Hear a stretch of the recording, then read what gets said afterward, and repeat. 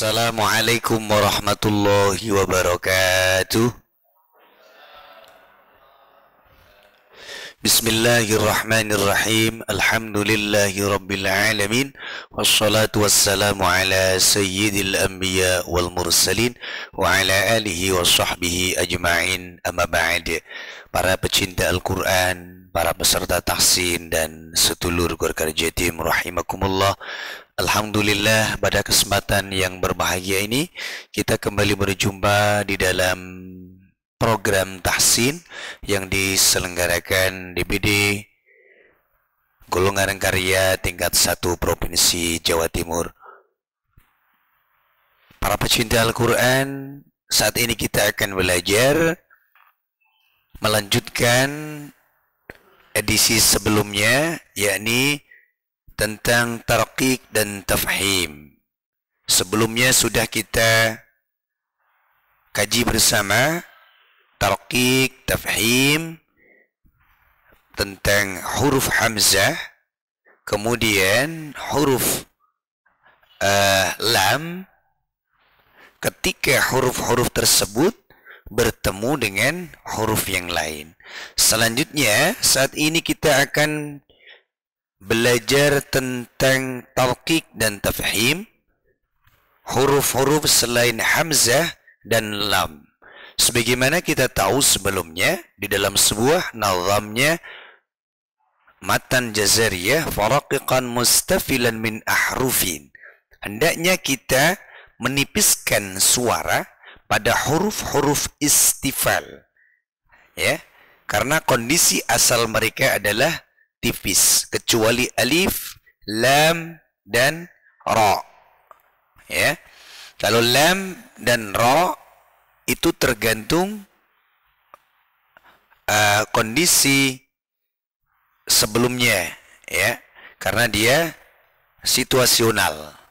Yang dimaksud lam di sini adalah lam yang lam jalalah. Ra ini bisa dibaca tafkhim dan juga bisa dibaca tipis. Kemudian kita akan belajar tentang tingkatan dan batasannya tafkhim. Jadi ketebalannya itu kayak apa? Bacaan tafkhim harus dibatasi, nisbatnya berharokat fathah, jangan sampai seperti O, bukan O. Jadi kalau kita baca huruf shad, kemudian kha, dod, ghain, qaf, itu bukan so, bukan gho, dan juga bukan hanya a, sa, ra, bukan. Juga bukan semi o. Semi o a dalam aksara Jawa, semi o, sa,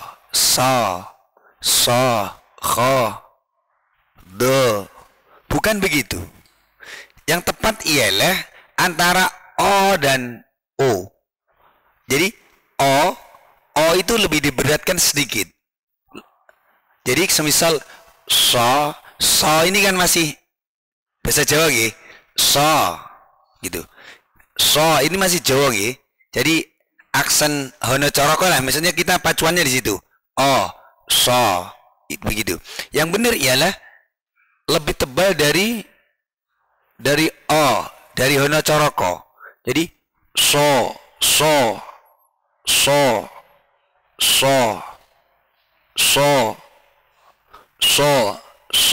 begitu. Bukan o, bukan so, bukan a, bukan sa, tapi so, kho,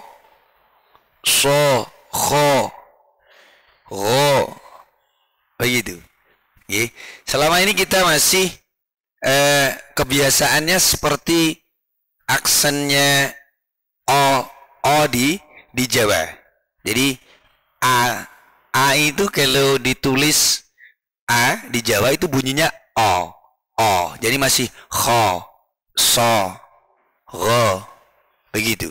Yang benar itu lebih berat dari itu, ya, lebih tafkhim dari itu. So, kho, gho, begitu. Kalau cuma so, kho, Gha. Nah, ini belum tafkhim, kurang tebal. Ya. Jadi antara o dengan o. Bukan o, tapi bukan o. Iya. Mungkin sebagian dari kita mungkin baru tahu maksudnya begitu kan. Jadi so, bukan so, bukan so. Tapi so, kho, dho, do, begitu, ya.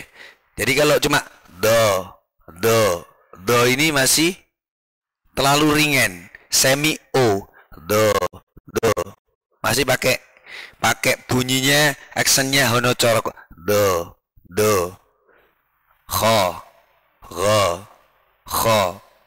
po, gitu. Ya benar adalah po, begitu. Jadi dia lebih berat, lebih tafkhim dari aksen kita yang biasa paham dengan aksara Jawa. Kalau aksara Jawa mak no, co, o gitu. Yang benar lebih berat dari itu.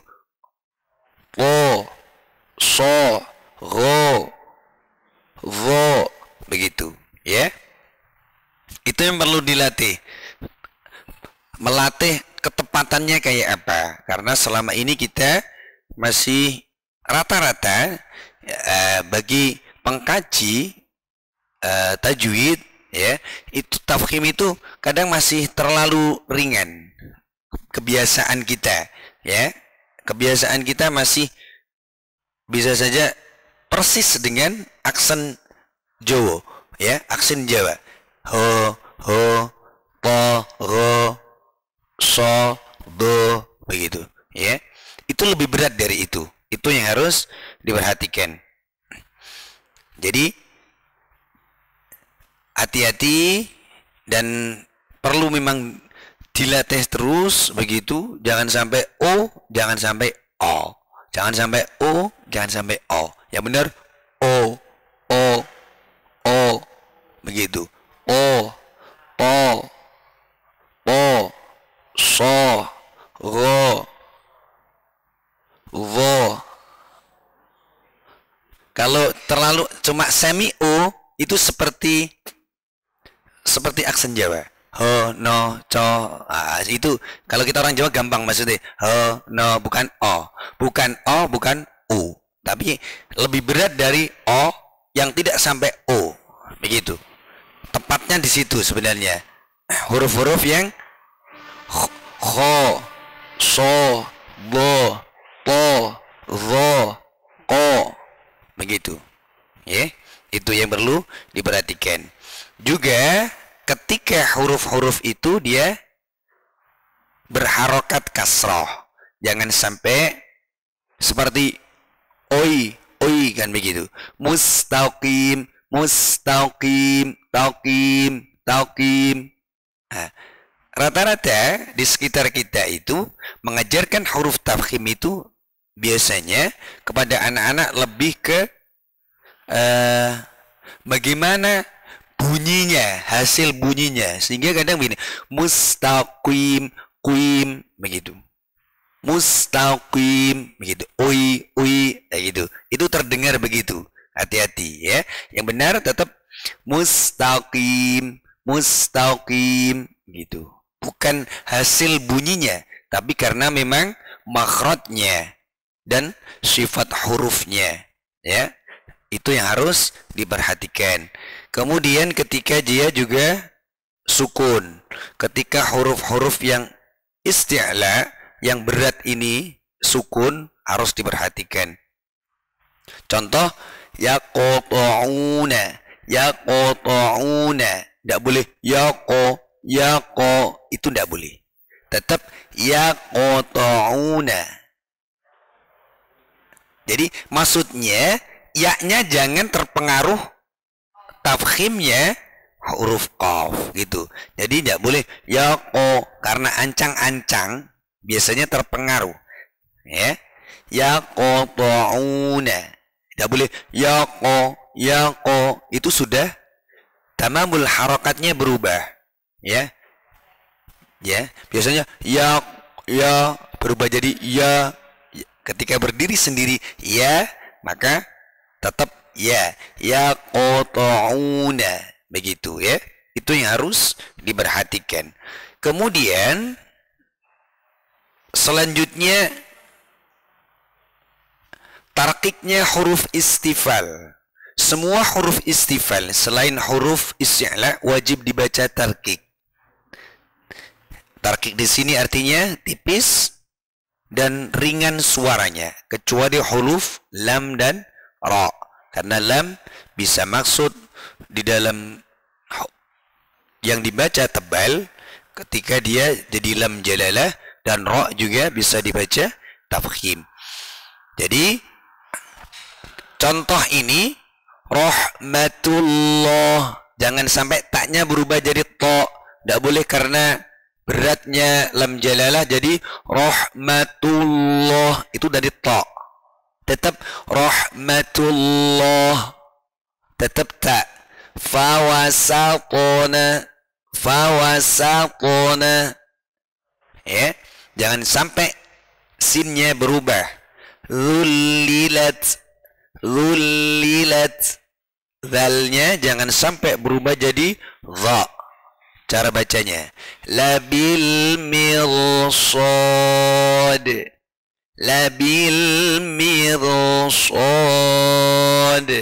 begitu.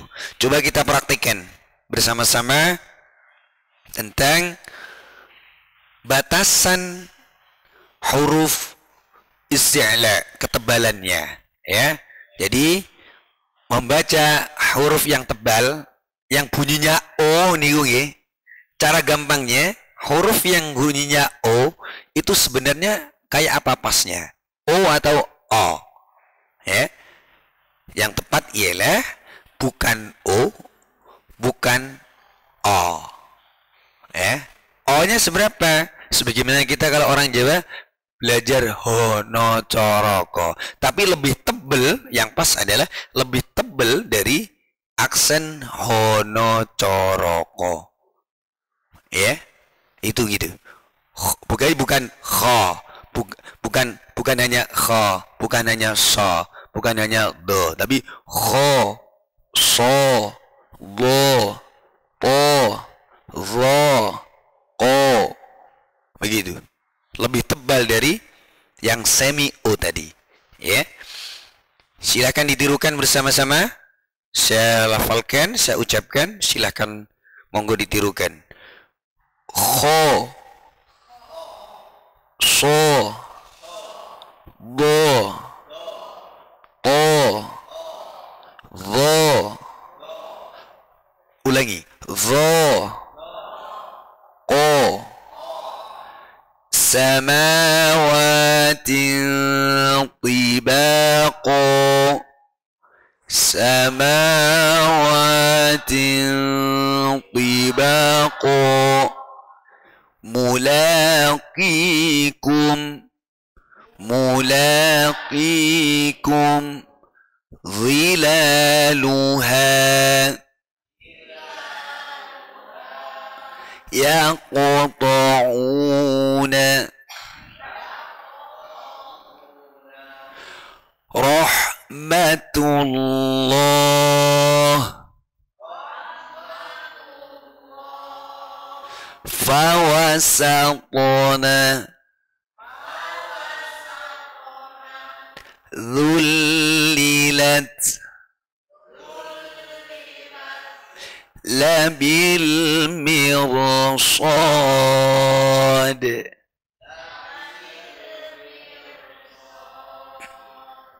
Ya, bagus. Jadi memang lisan kita perlu dilatih. Ketika berdiri sendiri, ketika kita belajar materi, kadang bisa bersama-sama. Tapi ketika praktek, kadang luput. Nah ini, makanya perlu kehati-hatian, perlu latihan supaya kita lebih lincah. Ya, kadang orang bisa melafalkan huruf per huruf Tapi ketika dipraktikkan di dalam bacaan kadang luput. Nggih, begitu ya. Oleh karena itu kita harus selalu dilatih dan dilatih, deres dan selalu deres untuk melatih lisan kita supaya lebih lancar, lebih lincah. Baik, para peserta tasin, sedulur Gur Karja tim dimanapun berada, demikian kajian kita tentang tarqiq dan tafkhimnya huruf, perihal batasan-batasan ketebalan dan juga tarqiqnya huruf istifal. Terima kasih, semoga bermanfaat dan barakah untuk kita semuanya. Wal afu minkum. Assalamualaikum warahmatullahi wabarakatuh.